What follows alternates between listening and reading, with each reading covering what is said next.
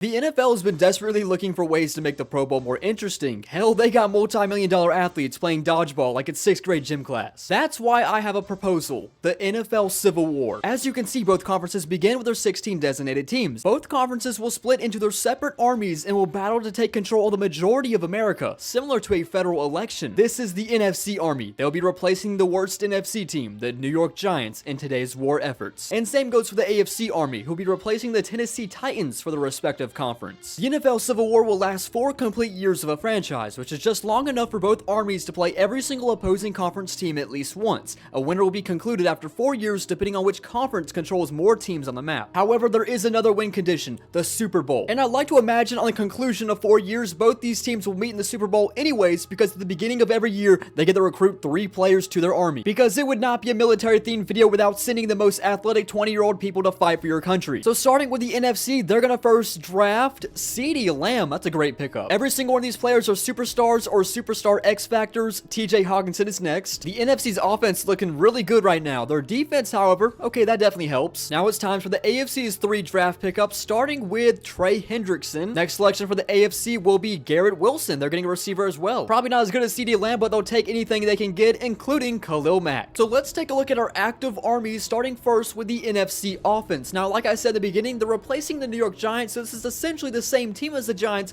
of course, with their draft pickups they just got. And while there still is a bunch of weaknesses on this team, including the offensive line and Drew Lock at quarterback, as we progress through the Civil War, they're going to gain more players through the draft. They'll look a lot better by the end of year 4. Now, on the plus side, their defense is rated an 83 overall, no thanks to the help of players like Dexter Lawrence, Brian Burns, and their draft pickup, Javarius Ward. Should be pretty important to say that pre-existing injury does not matter today. How about the AFC? Their offense is not as good. They're 79 overall, and honestly, any offense that has Will Levis as quarterback is going to have a 7 in front of the overall. Offensive line, I'll be honest, I don't know if I know ball or not, but I don't know like 3 of these people in real life. Their defense is where things completely change, as they're an 85 overall. No thanks to their 2 draft pickups with Khalil Mack and Trey Hendrickson, but they already had Jeffrey Simmons, they already had L'Jarius Sneed, Quandre Diggs, Amani Hooker, a lot of good players in the Titans defense. Now it's time to begin the NFL Civil War in year number 1, which is the 2024 season. So for both conferences, these are the 5 teams that they're going to play from the opposing conference this year. And we actually get to start out right out the gate in week 1 against the Chicago Bears for the AFC. Let's see if they can claim their first battle victory.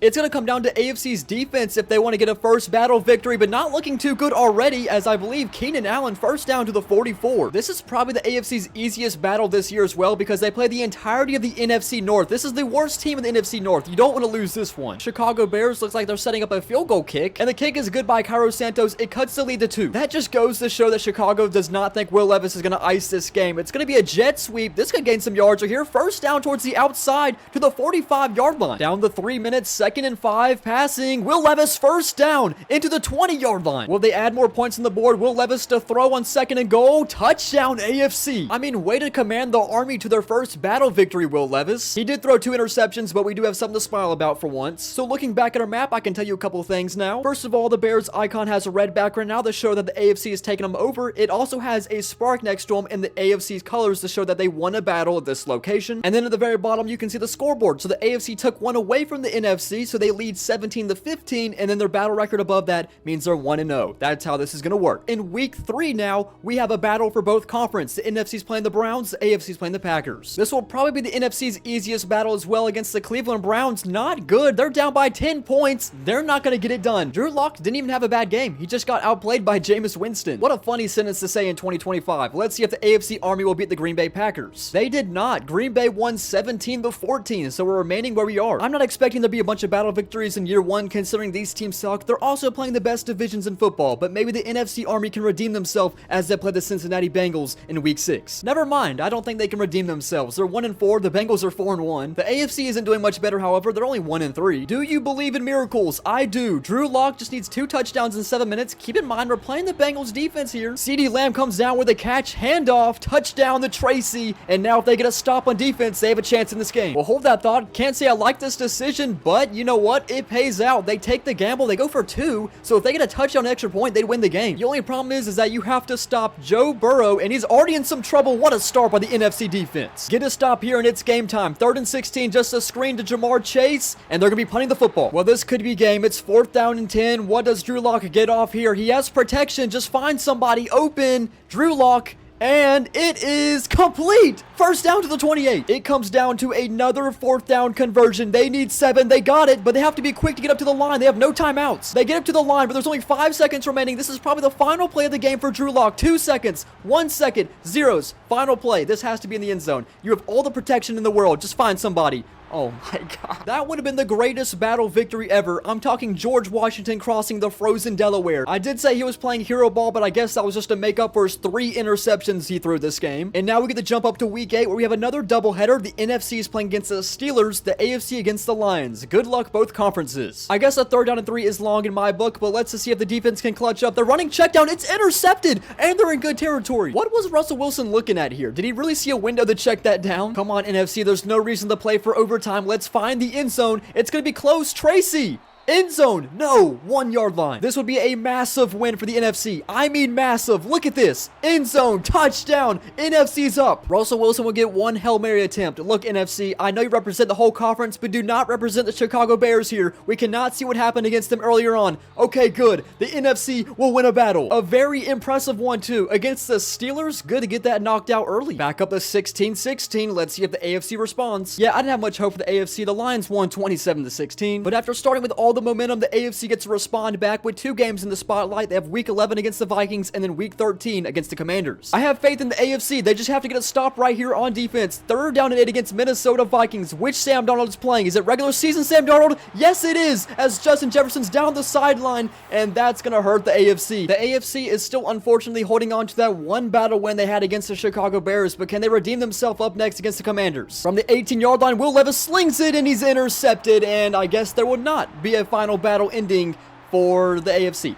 Well, I guess because it was a tie game, the AFC could go down and tie this up now. Here's the good news about that, however. Both conferences are currently 2-9. They might draft good rookie quarterbacks going into year 2 of the Civil War, but maybe Will Levis can prove he should be a starter. That's a good 1st down, run after the catch. That's going to be to the 37. I think I've seen more interceptions than touchdown passes today. Can we please change that? Will Levis on a slant at the 1. Just need to hand this one off, and we should be going to OT. Okay, let's go for the passing touchdown. Sure. Oh my goodness, this is gutsy. I'm talking this could be a huge difference down the line. Who has more battle wins? It could come down to this. A 2-point conversion. Will Levis steps up, dives. They have a lead. I mean, what does a 2-9 team have to lose anyways? It makes sense why they went for 2 here. Great redemption drive by Will Levis, by the way. I mean, if that isn't the most Will Levis stat line of all time. It's back up to a 17-15 AFC lead. They finished the year 2-3 in their battles. Now the NFC gets to close it out with 2 battles of their own against the Ravens and the Colts. No battle win here for the Ravens. They have 1 final chance against the Colts. What a pathetic final battle by the NFC, but let's just see if they can close it out in a tie with the AFC. The Colts are going to take a 3-point lead after they kick a field goal. That's the wrong blue team we're throwing it to. Now let's run play action where Drew Lock already in some trouble. He was looking backwards while he threw that. Didn't know he went to the University of Hogwarts at college, but now it's 3rd down and 10 because that was an incompletion. It's a check down. What is this offense doing? And here's a 4th down and 10. Honestly, just in this game because this has been pathetic and it's a drop. The Colts should win. So the AFC will finish out year 1 with the advantage. However, the good news for the NFC, they might be drafting 1st overall. So yes, Team NFC finishes 2-15 in total. They'll have the number 1 overall pick in the rookie draft. The AFC will have the 4th overall pick as they finished 5-12. This could be Drew Lock's final year with the NFC. He had 3,300 yards, 17 touchdowns, 14 picks. Not good. And of course, they had CeeDee Lamb, their 1,000-yard receiver. Hey, but good news for Bobby Okereke. He led the league in tackles. Will Levis did not play that much better. He had 4,000 yards almost, but he had more interceptions than touchdowns. They did have 2 1,000-yard receivers, however. Calvin Ridley had 1,100, Garrett Wilson just over 1,000. And amidst the first year of the Civil War, the Eagles won the Super Bowl and Josh Allen won the MVP. We can begin year number 2. Obviously, I have no clue who this is because I'm using auto-generated rookies. I'm gonna hope it's a quarterback though. His last name is Ball. Is he the 4th Ball brother? You know what? He might be because his name is just Lee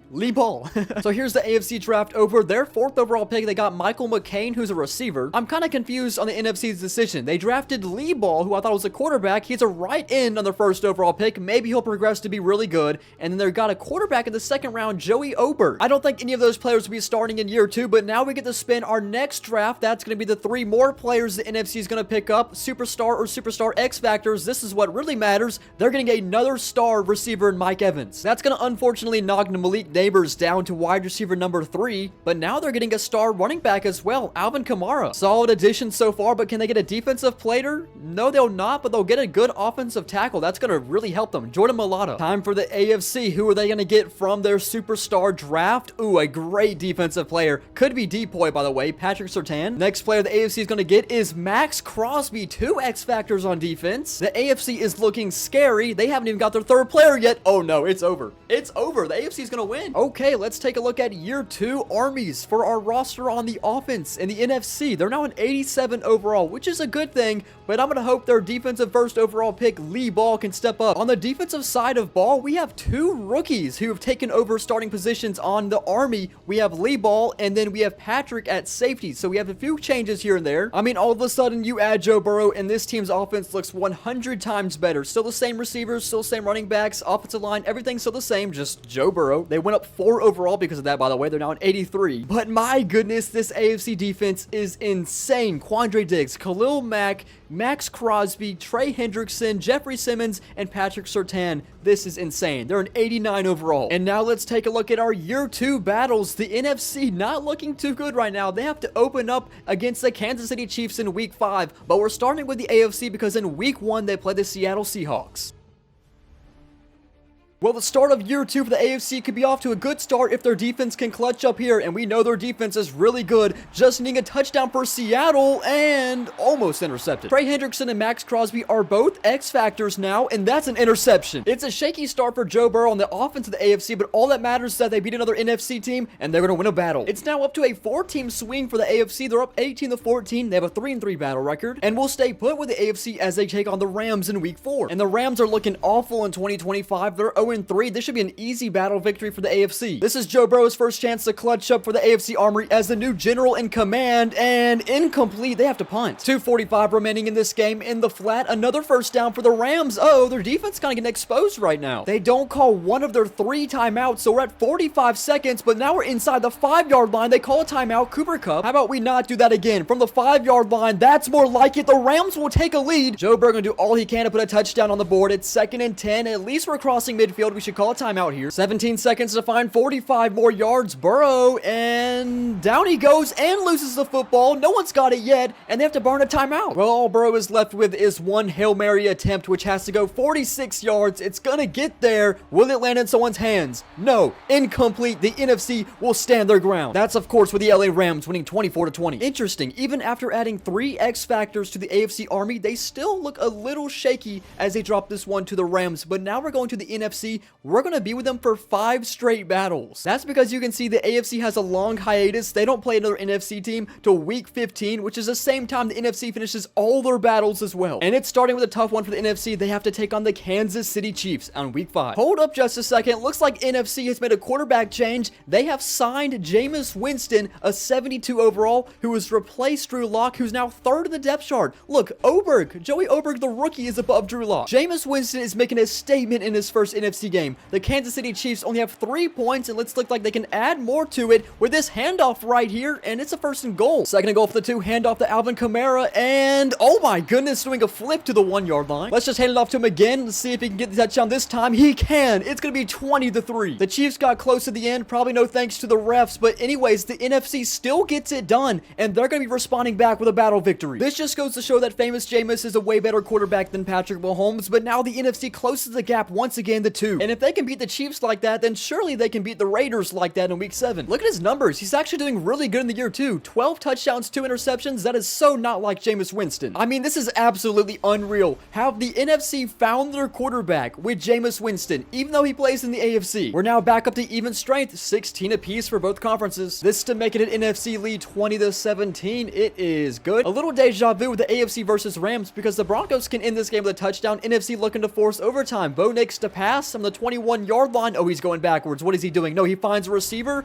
No, he's intercepted. The NFC will take over. And it's the NFC's first draft pickup on defense, Travarius Ward, which makes it 3 straight battle wins in year 2 for the NFC Army. This is the first time today they're taking a lead as well. The war has completely shifted momentum. The NFC up 17-15. Could the NFC really go 5-0? They have to go to the Patriots for week 14 and then looking for the AFC West sweep in 15 against the Chargers. Make it 4-0 on the year. They take care of the Patriots. On to the Chargers to finish the sweep. Just to think the AFC was literally just leading by this same exact score. This is an important carry to see if the NFC even gets the ball back in the first place. 3rd and 6 for Dobbins, and he's tackled short. So NFC will have a little life as they'll go down 17-14, but there's no timeouts remaining. They have to use the sidelines here. 25 seconds. Winston, first down. Oh, he's still going. CeeDee Lamb not going to get tackled until the 10-yard line, but they don't have much time. Will they even get a field goal off or a playoff? This is the final play of the game if they get a snap off. Yes, they will. They're going for the win. Winston is almost tripped up. He's going to run out of the pocket, still running, and he's sacked. All that to end on a loss as the Chargers will prevent an NFC sweep, winning 17-14. Well, now we can finally see the AFC back in action as they pick up with the Niners, the Cardinals, then end it with the Falcons in week 18. Most wars in human history always have a turning point. The AFC is going to look for one right now, and hopefully it does not involve dropping a nuclear bomb on the NFC. Now, it's been such a long time since we've seen the AFC, so I just want to see how they're doing. They're 8-5 right now. Joe Burrow's having a decent season, 28 touchdowns, 9 interceptions on 3,000 yards. Same goes for Tony Pollard so far. And for receiving wise, they have 3 big contributors with Calvin Ridley, Garrett Wilson, and Treylon Burks. I'm not surprised by this, but they rank 3 overall in defense, and now they're back in action against the San Francisco 49ers. Well, it seems like it's been worth the wait for the AFC. They just need a first down here. They're going to pass on 3rd down in inches. What are they doing? Joe Burrow has an incompletion. That's actually unreal that they're even giving the Niners a chance in this game in the first place. They can only stop the clock by getting out of bounds, however, which Brock Purdy finds a wide open receiver. I think it's Ricky Pearsall to the 16. Just to think if you ran the ball on 3rd and inches, this game could be over. It's 1st and goal with 30 seconds remaining for the 49ers. Empty set for Purdy, looking for a passing touchdown. They got it. They just need 2. An unreal choke by the AFC, and just like that, this game is tied. The Niners start the football as well, and it's regular season overtime rules, so if they go down the field and score a touchdown like they just did, this game's over. But a great start. What a response by this defense. Max Crosby with the tackle. See if the AFC can force a 3 and out for 3rd down and 8, and they will. We do have a 3rd down, however, as Burrow finds a first down and to the 42. Tony Pollard hits the outside, and they're going to score a game-winning touchdown because why kick a field goal anyways? This game should have not gone to overtime. An impressive win by the AFC. They took 11 weeks off from battling, and they beat an NFC top dog as well. Now 17-15 NFC favor, and if they beat the Niners, then surely they should beat the Cardinals in week 17. As expected, another battle win for the AFC. And now if the AFC can win this last battle against the Falcons, then they would be back on top. Michael Penix has a chance to prevent that from happening. However, he needs a field goal for this game, and he escapes a sack, and he's going to run for a first down and slide to the 49. AFC defense could be on their heels. Here comes the X Factors. Michael Penix going to run again. Okay, he's crossed midfield. Another first down. Look at the space. Slide to the 26. And why not add a Bijan Robinson touchdown? It took the Falcons 4 plays to go down the entire field essentially and take a 7-point lead. And no response from Joe Burrow in the AFC. The Falcons stun him in the final week of year 2. And after 2 years and 10 battles for both conferences, we're back to square one. We're not done with year 2 just yet, however, because both conferences made the playoffs. The AFC made it as the 4 seed, the NFC just snuck in as the 7 seed. This is how Joe Burrow finished the year, not too bad. Jameis Winston was the complete shock for year 2 with almost 4,000 yards and 32 touchdowns. Alvin Kamara proved to be a really good pickup in the draft with 1,200 yards, 8 touchdowns. Malik Neighbors with 15 touchdowns in year 2. And Garrett Wilson had 12, Treylon Burks had 11. And I simulated up to the divisional, both conferences won in the wild card. The 7 seed upset and the 4 seed moving on. Well, the AFC lost to the Kansas City Chiefs, but the NFC, the 7 seed, is playing the Seahawks in the NFC Championship. This is the only time you'll see the NFC Army playing an NFC team. There's just no way this team makes the Super Bowl, right? This is a handoff for a first down, and this could be the end of the game. Kenneth Walker goes to the 27. Okay, that got a little too close for comfort, but the NFC Army will not be making the Super Bowl in year 2 of the Civil War. And at the end of year 2 of the Civil War, the Chiefs will clobber the Seattle Seahawks, winning 31-16. And now it's time to send 19-year-old kids off to war. I don't think rookies are going to mean much going forward, but the best pick with the AFC is a 76 overall safety, and then the NFC just drafts some offensive line replacements. Well, I think you know what time it is. It's time for the NFC to add their 3 players going into year number 3, starting with this first player, which is going to be Dak Prescott. That's their quarterback. In easier turns, the AFC have won this Civil War, but they also add DJ Moore. The last thing they needed was receiver, so that's actually kind of unfortunate, but they will add Christian McCaffrey in the backfield with Alvin Kamara. Okay, so the NFC's on par with the AFC roster-wise now, but let's see how the AFC can respond with their 3 players as as well, starting with Minkah Fitzpatrick at safety. So much for the rookie they literally drafted in the first round. Ooh, it was almost TJ Watt, but Trent McDuffie it is. Guess the AFC will just make their defense even better for their final pick.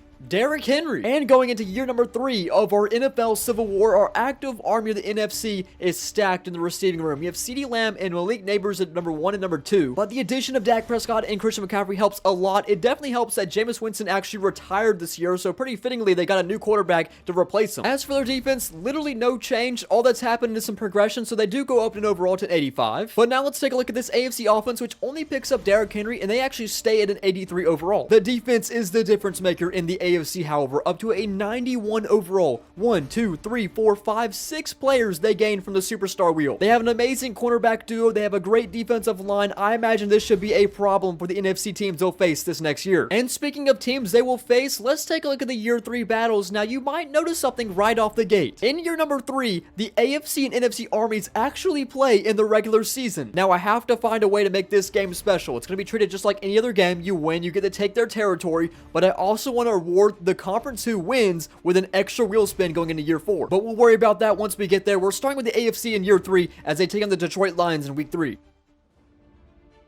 This is not the Dan Campbell. I know the Lions are going to play it safe and put points on the board. They will take a lead, however. The AFC are just out of range, and Joe Burrow's on his X Factor, which definitely helps right here to the 10. 5-yard line, tackled at the 1. Of course, they want to go for a touchdown to make this a big difference for the Lions, and they will find their way to the end zone to make it 20-15. Now to go for 2 to make it a touchdown difference. Burrow to pass, and he's going to step up, maybe run for it. Yes, he will. The Lions have a response. Jared Goff going deep down the right sideline. Touchdown Lions to Jameson Williams. Beautifully plays football, by the way. We've now made it to overtime where a touchdown will win it. Good start for the AFC. 3rd and short for the AFC. Handoff to Henry, and he's tackled short for 4th and inches. It's time for this AFC defense to clutch up. It's a second possession of overtime. The Lions put points on the board. This game is over, but a good start for the Lions offense to Sam Laporta to the 36. Goff is piecing up this AFC defense. Oh, this is not good. I mean, the Lions offense just toyed with this AFC defense, which I hyped up so much. 10 straight points, and there's going to be no battle win to start year number 3 for AFC. It's a walk-off field goal in overtime. Lions win 25-22. Well, the NFC plays in week 4 as well. Let's see if they can capitalize on the AFC's mistakes. They did. They beat the Colts in a very high-scoring game, 44-38, which means the NFC jumps right back in front with a 1-team lead. And both conferences will be playing in week 10 against both Texas teams. I think it's important to mention before we begin our week 10 battles that the NFC is currently perfect right now. They're 8-0. The AFC is definitely slacking in that department. They're 5-3. 50 seconds remaining from the 16-yard line. Prescott back at the end zone. Touchdown. What a catch. It goes to Malik Neighbors. Good placement by Dak Prescott. Good contested catch too. Half a minute remaining for CJ Stroud, and this is a good catch and some space to the 45. Can the NFC be on their heels? This is a play action for CJ Stroud as he drops back, and he's going to unwind deep for the end zone.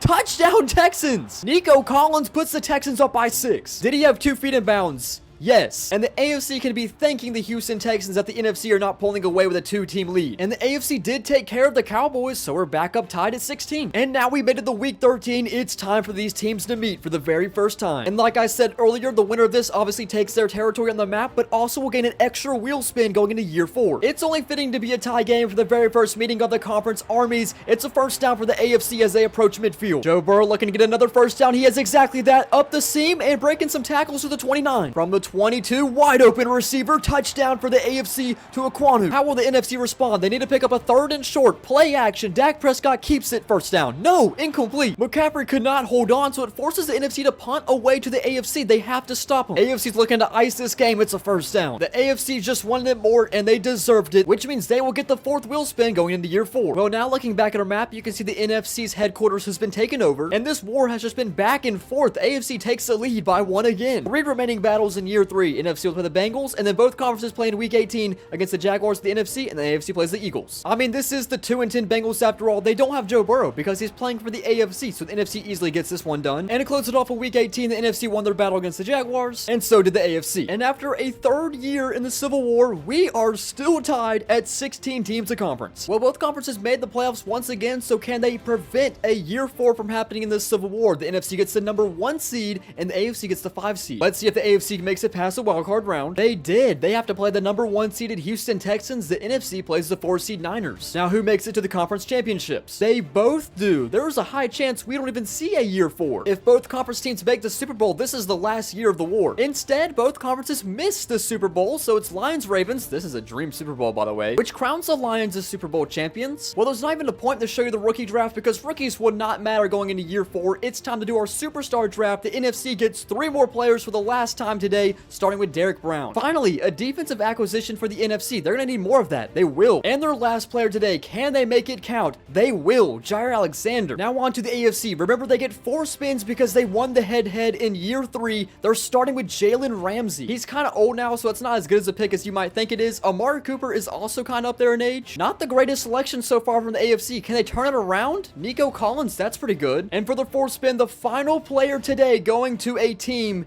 it is Jalen Waddle. And now it's time to reveal the final armies going to year 4 of the Civil War, starting with the NFC's offense at 89 overall. And actually, nothing has changed except one thing. Alvin Kamara has retired. He has dropped out of the war. Let's just say he's a war casualty, I guess. But where the real change has come is from their defense, as they're up to an 89 as well. They added Jalen Johnson at CB1, Jair Alexander at CB2. It pushes Charvarius Ward down to CB3. They also added Derrick Brown at left end. How about the AFC's offense, which is actually got a really big upgrade at the receiving room? They added Nico Collins and Jalen Waddle their last spins. Now their defense is actually starting to regress a little. They're still at 89 overall, but a lot of players they have are starting to get up there in age. Khalil Mack a little old. Jalen Ramsey's a bit old, but still a bunch of X factors across the board. Patrick Surtain's a 99 overall. Trey Hendrickson's still an X factor. Max Crosby's still an X factor. And now it's time for our final battles in year 4. Both conferences only have 4 games this time because they've already played the 5th team and beat them both. Now let me say, their battle schedules for this year, they got it made. The NFC plays the AFC East minus the Patriots, their toughest game with the Bills in week 8, but the AFC plays the entirety of the NFC South, one of the worst divisions in football, so they definitely have an advantage to close it out here in the stretch, and we will start with them in week 1 against the Falcons.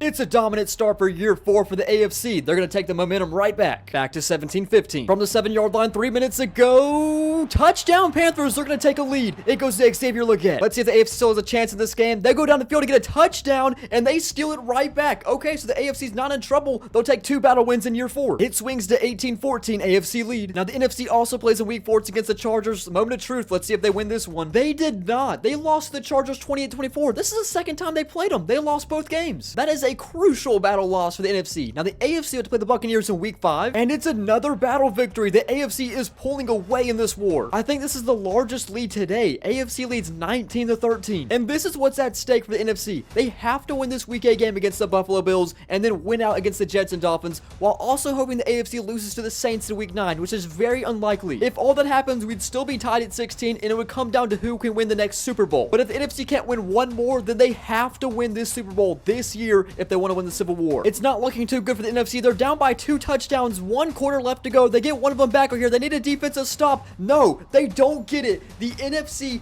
has to win a Super Bowl this year. It's almost like the NFC just waving their white flag. This is not France. This is the United States of America. And because it's impossible for the NFC to come back with these battles, we'll just simulate these until we get to the playoffs. And the AFC destroys the Saints. They're going to clean sweep their battles in year 4. The NFC Civil War collapse will be studied in future textbooks all across high schools. This is awful. Can they at least end on a good note and win these final 2 battles before the playoffs begin? They're at least going to take care of the Jets in week 16, and they'll also dismantle the Dolphins, so at least they'll make this look closer than it should be. So where we stand, this is the final conclusion of the NFL Civil War after year 4. The AFC leads 18-14 in teams occupied. However, the NFC, as we know, has one final push for the Super Bowl.